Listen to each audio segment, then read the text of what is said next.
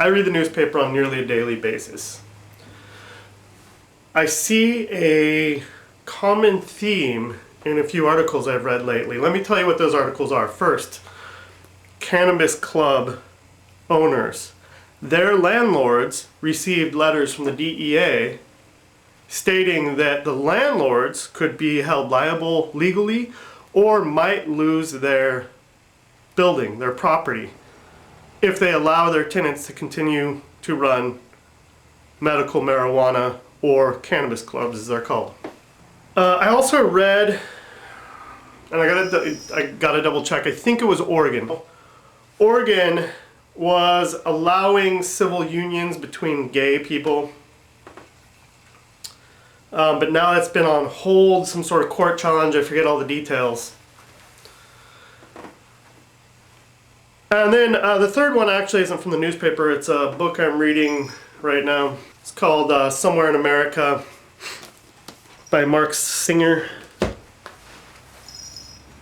First chapter in it is about cockfighting, which at the time it was written was still only legal in 3 states. And at the current time is now only legal really in Louisiana. I guess New Mexico allows it on a county by county basis. But there's a similar theme I see here in all 3 stories. And that is the issue of states' rights versus federal regulation. I personally believe that the states should have more power. If the people have spoken, if the people of a community or region want something and feel that the laws in their area should be a certain way,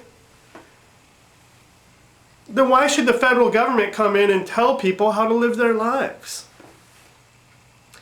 I'm not a cannabis patient. I'm not a medical marijuana user.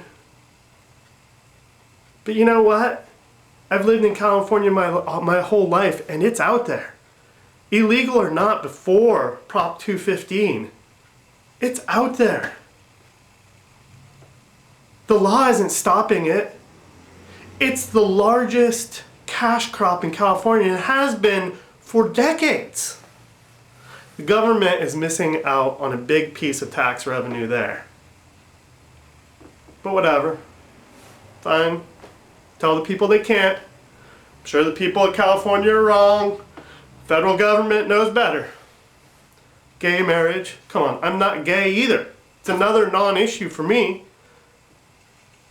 But come on, there are gay people in our community.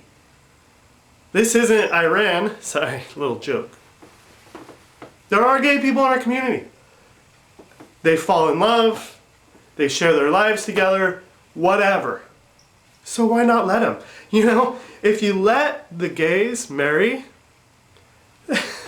you might stop and think about marriage. Now, I've never been married, but marriage is not all it's cracked up to. It's the worst contract you can sign. If you let them get married, they're going to also have to deal with, guess what? Divorce. I mean, marriage is not always a good thing. But, you know, if 2 people love each other, who cares what sex they are? Let them get married.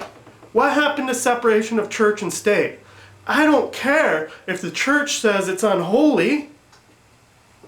The church isn't running our government, at least it's not supposed to be. Let them marry. As for cockfighting, I think it's horrible. I think it's horrible. I think it's mean. I think it's cruel. I don't think it's right.